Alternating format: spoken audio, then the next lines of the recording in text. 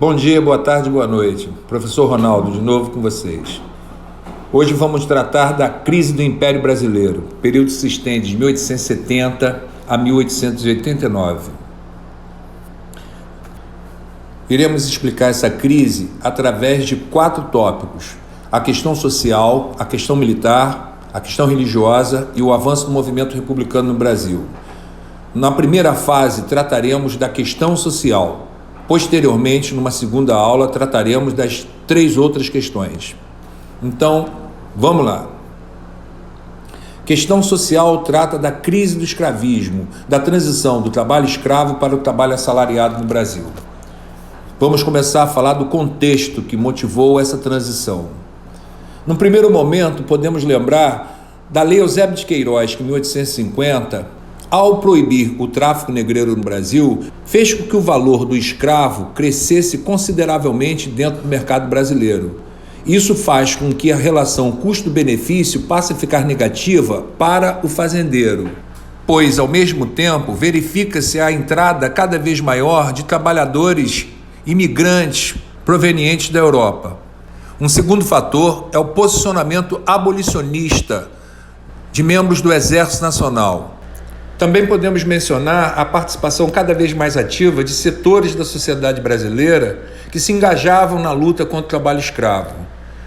Dentro desse contexto, podemos diferenciar 2 grupos: os abolicionistas e os emancipacionistas.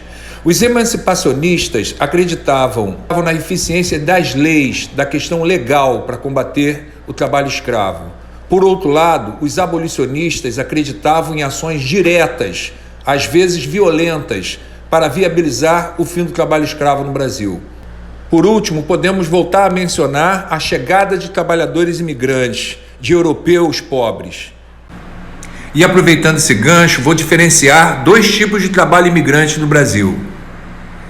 O primeiro deles é o sistema de parceria, que previa a divisão dos custos e dos lucros entre os fazendeiros e os imigrantes que cuidavam da lavoura e colhiam o produto. Uma característica importante desse sistema é que o próprio fazendeiro ficava responsável pela contratação desses trabalhadores na Europa. No entanto, o sistema era desvantajoso para os imigrantes. Eles deveriam ressarcir os fazendeiros pelos custos da viagem, pagar pelos instrumentos de trabalho, mantimentos, etc. E também contribuir com uma parcela dos ganhos obtidos ao longo das colheitas. O sistema acaba fracassando porque os imigrantes não aceitavam a forma de tratamento que lhes era dispensado pelos fazendeiros. Por outro lado, acostumados à tradição escravocrata, os fazendeiros tinham dificuldade em lidar com o regime de trabalho livre, o que leva a conflito e insatisfações dos 2 lados. O outro tipo de trabalho imigrante vem através da imigração subvencionada. Como alguns governos europeus, notando do tratamento que era dispensado aos seus cidadãos no sistema de parceria, esses governos começam a proibir que trabalhadores saiam de seus países de origem em direção ao Brasil. Para resolver esse problema, o governo brasileiro entra na questão. O governo se responsabiliza pela contratação desses trabalhadores, em alguns casos paga os primeiros salários e também chega a conceder lotes de terra para alguns desses trabalhadores. Na imigração subvencionada, deve-se considerar 2 aspectos.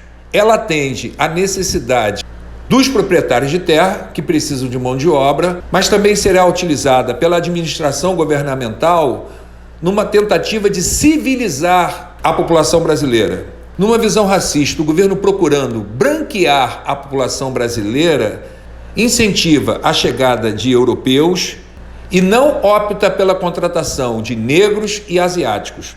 Falaremos agora das leis abolicionistas. Ao longo do século XIX, entre a supressão definitiva do tráfico em 1850 e a abolição da escravidão em 1888, ocorreu um longo histórico de lutas, discussões e conquistas jurídicas e sociais que caracterizaram o chamado movimento abolicionista. A partir da década de 60, o movimento torna-se mais forte, mais abrangente, engajando parte significativa da opinião pública urbana, nas associações, na imprensa e nos tribunais, em prol da liberdade dos cativos. A primeira etapa da abolição ocorreu com a aprovação da Lei do Ventre Livre, de 1871. A lei considerava livres todos os filhos de escravos nascidos a partir daquela data. No entanto, eles deveriam continuar prestando serviços ao Senhor até a idade de 21 anos, a título de ressarcimento pelos gastos com sua criação. Outra opção era o proprietário entregar essa criança ao Estado aos 8 anos de idade, quando o governo lhe deveria indenizar com a quantia de R$600 mil. E no ano de 1885 foi aprovada a Lei Saraiva-Cotegipe, também conhecida como Lei dos Sexagenários, que emancipava os escravos maiores de 60 anos. E mesmo considerando o aspecto positivo dessa lei, imaginem um trabalhador negro aos 60 anos começar uma vida nova naquela sociedade escravista. Anteriormente falei da importante participação, da ativa participação dos militares na questão abolicionista. Nas cidades, eles chegam a assinar uma petição oficial ao governo pedindo a liberação da desonrosa tarefa de perseguir escravos, evidenciando aquela postura abolicionista que eu já falei com vocês.